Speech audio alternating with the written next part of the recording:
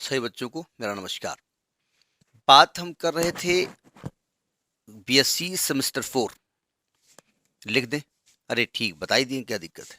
उसमें एक mechanics topic है मैथमेटिक्स में, जिसमें कॉमन कैटनरी उसका एक चैप्टर था।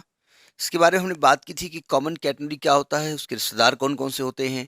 ठीक है, उसके कुछ फॉर्म्स बताए थे हमने, इंट्रिंसिक की क्वेश्चन बताया था, कार्टेशियन बताया था। आज हम बात करेंगे parametric equation of common catenary. पहले पैरामेट्रिक का मतलब समझ लीजिएगा। अगर आपसे हम कहें कि भाई पैरामेट्रिक के बारे में आप जानते हैं कि पैरामेट्रिक किस बला का नाम है, कहीं पढ़ा है आपने, कहीं देखा है उसको, तो आपने देखा होगा। अगर आपको याद हो क्लास 11th या 12th में जब डिफरेंशिएशन था तो वहाँ पैरामेट्रिक फॉर्म था। क्या था कि y किसी और का फंक्शन है t का, और x किसी और का फंक्शन है t का। इसको हम पैरामेट्रिक इक्वेशन कहते हैं। कहीं और आपने देखा है? अरे बोले आप कॉमन कैटनी बताओ, कहीं देखा है? देखा भूल गए। अगर आपको याद हो तो इलिप्स, पैराबोला, हाइपरबोला में बहुत सारे उसके पैरामेट्रिक इक्वेशन थे। पैराबोला में आपने पढ़ा था x बराबर 80 स्क्वायर, y बराबर 280, पैरामेट्रिक इक्वेशन था। एलिप्स में आपने कहा x बराबर a cos फाई, b बराबर y बराबर b sin फाई था। ये याद होगा। तो यानी कि हमको यहाँ पर जो कैटनरी का इक्वेशन निकालना है वो x और y का किसी और के टर्म में फंक्शन प्रूफ कर देना है। ठीक है, अब सिंपल सी बात, जो नोन है वहीं से हम स्टार्ट करेंगे। तो जो कॉमन इक्वेशन हमने सबसे पहले बताया था कैटनरी का, that was the intrinsic equation of common catenary. वहीं से स्टार्ट करते हैं। ठीक है, तो देखिए, वी नो दैट, यहां से आ रहा होगा कैमरे में, वी नो दैट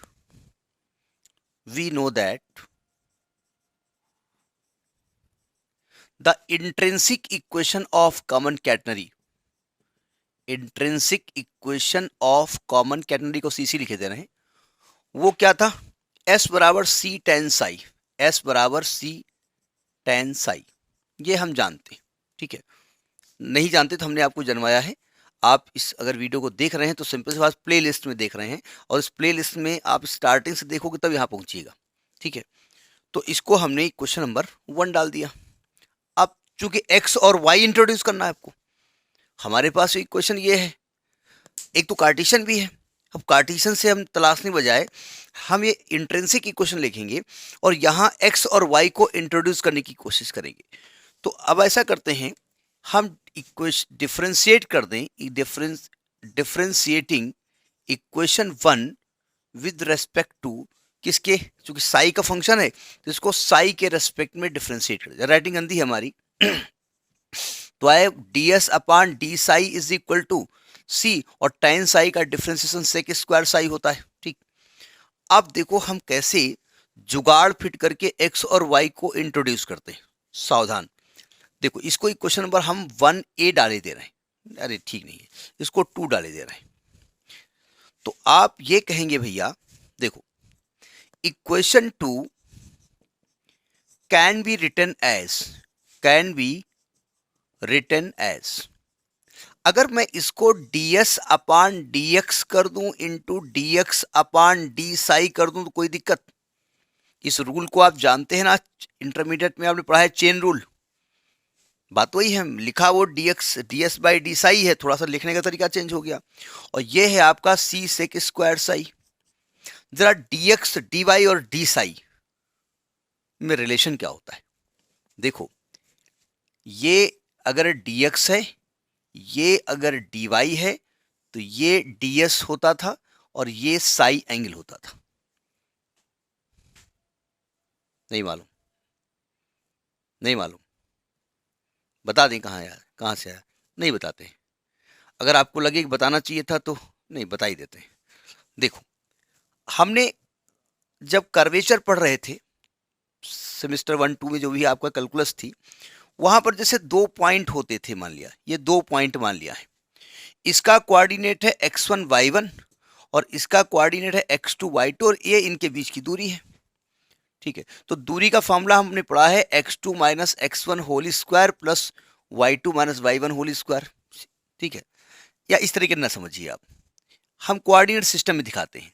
तो आप कहेंगे ये दूरी x1 है, ये दूरी y1 है, और इस कोऑर्डिनेट के हिसाब से ये दूरी x2 है और ये दूरी y2 है।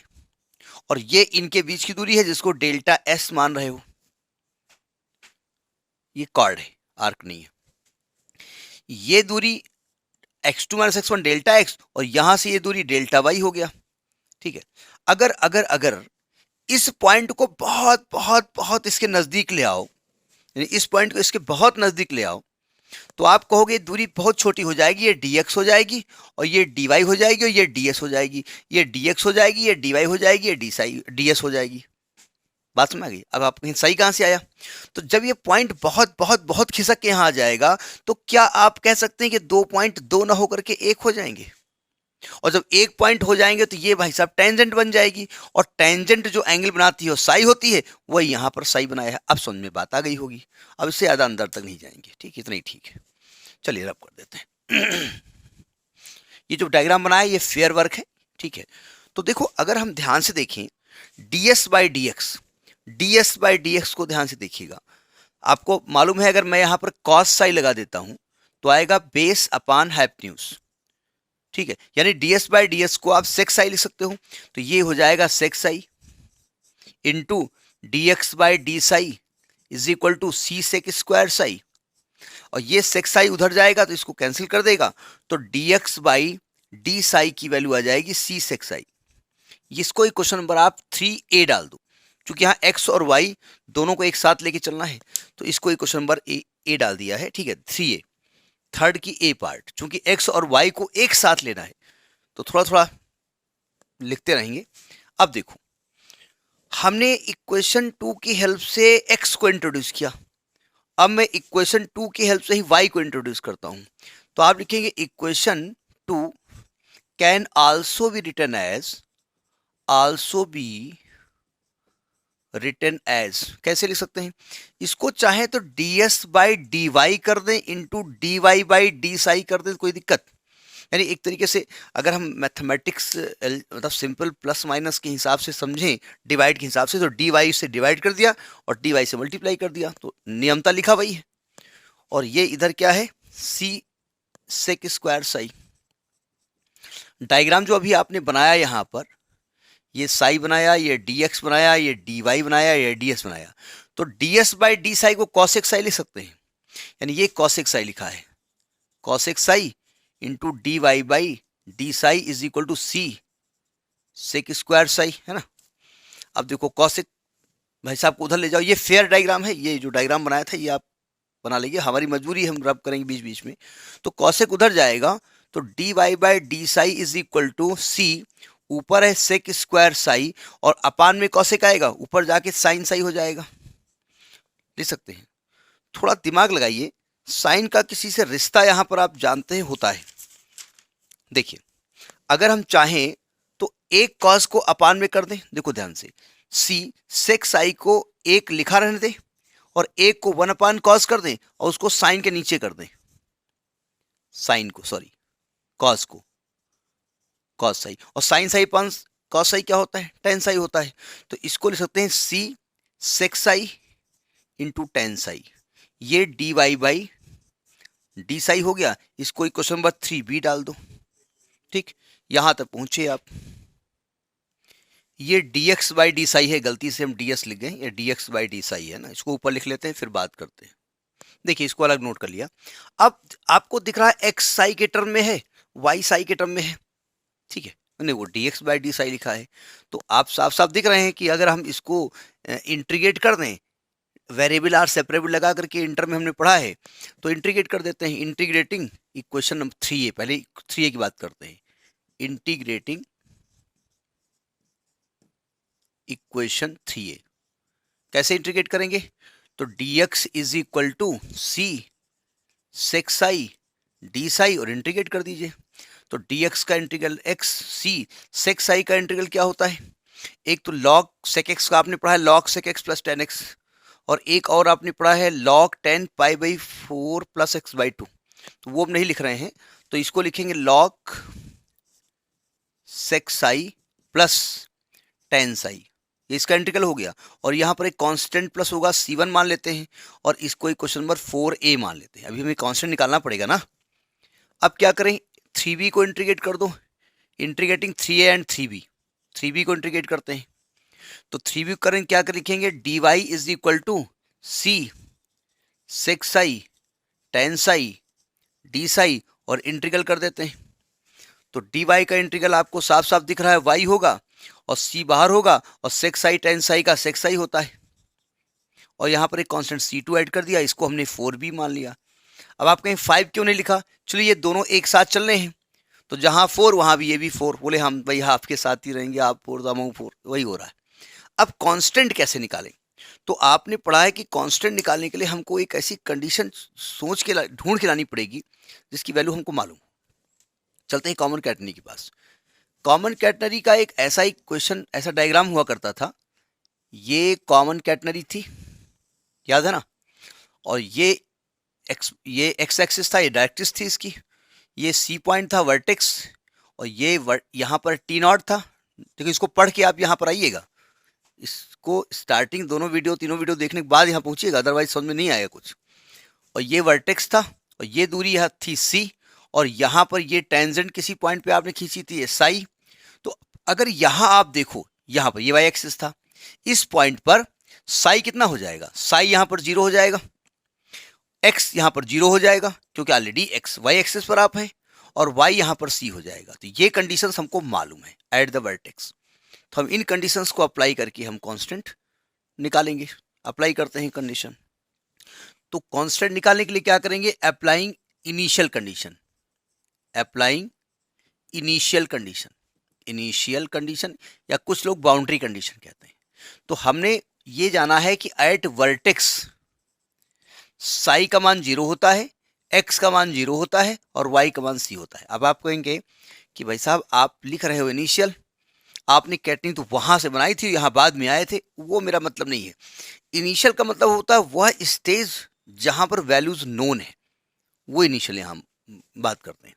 तो देखो by equation 4a, by equation 4a, जब 4a के बारे में बात करते हैं, यहाँ साई का मान रख दो और x का मान रख दो। तो x का मान तो 0 हो गया, c log साई का मान 0 तो सेक 0 प्लस टेन 0 प्लस c1। अगर ध्यान से देखें तो सेक 0 1 हो जाएगा, टेन 0 0 होता है तो log 1 आएगा, log 1 की वैल्यू 0 होती है तो c1 की वैल्यू आ गई 0, c1 0 हो गया। तो इक्वेशन 4a में रख दो। So by equation 4a, so putting c1 in 4a, तो y वी गेट, थोड़ा मैथमेटिकली लिखना पड़ता है ना, तो x की वैल्यू क्या आएगी, c log सेक साई प्लस टेन साई, ये आपकी x की वैल्यू आ गई। ठीक, अब y की वैल्यू निकालनी है तो 4b को उठा लिया जाए और यहां से c2 निकाल लिया जाए। तो बाई इक्वेशन 4b,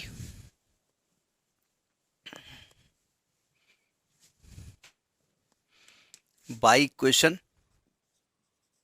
4b हमने ऑलरेडी अप्लाइंग बाउंड्री कंडीशन लिख दिया है, तो दोनों में हम एक साथ अप्लाई कर रहे हैं। तो यहाँ y का मान c हो जाएगा और ये हो जाएगा c सेक 0 प्लस c2, सेक 0 1 हो गया, ये भी c आएगा, c माइनस c 0, तो c2 की वैल्यू क्या हो जाएगी 0। So equation 4b can be written as, can be written as, ये रिटन लिखा, राइटिंग थोड़ा गंदी है हमारी, तो यहां रख दो उठा करके। तो y की वैल्यू क्या आ जाएगी, c सेक साई, ये आपका पैरामीट्रिक इक्वेशन हो गया। x का मान ये हो जाएगा और इसी के साथ y का मान रख दोगे c सेक साई, तो ये पैरामीट्रिक इक्वेशन हो गया। ठीक है, मतलब x और y की किसी और के टर्म में वैल्यू निकालनी। ठीक है, तो ये आपका पैरामीट्रिक है, इसको पढ़ लीजिएगा। जहां जो पैरामीटर है वो साई है, या साई इज द पैरामीटर, मतलब साई पर डिपेंड कर रही है ना वैल्यू, जिस पर डिपेंड करती है वो उसका पैरामीटर होता है। जैसे एक गुड टीचर का पैरामीटर, तो आप कहेंगे भाई एक गुड एक्सप्लेनेशन, तो एक्सप्लेनेशन करना अच्छा है खराब, ये हमारा पैरामीटर है। तो ये हमको एक्सप्रेस करने का तरीका है। अच्छा दिखना अलग की बात है, किसी हमारे सर में बाल नहीं, वो अलग अलग मैटर होता है। तो आप लिखेंगे where psi's parameter, psi parameter है। ठीक, तो पैरामीटर समझ में आ गया क्या होता है। ठीक है।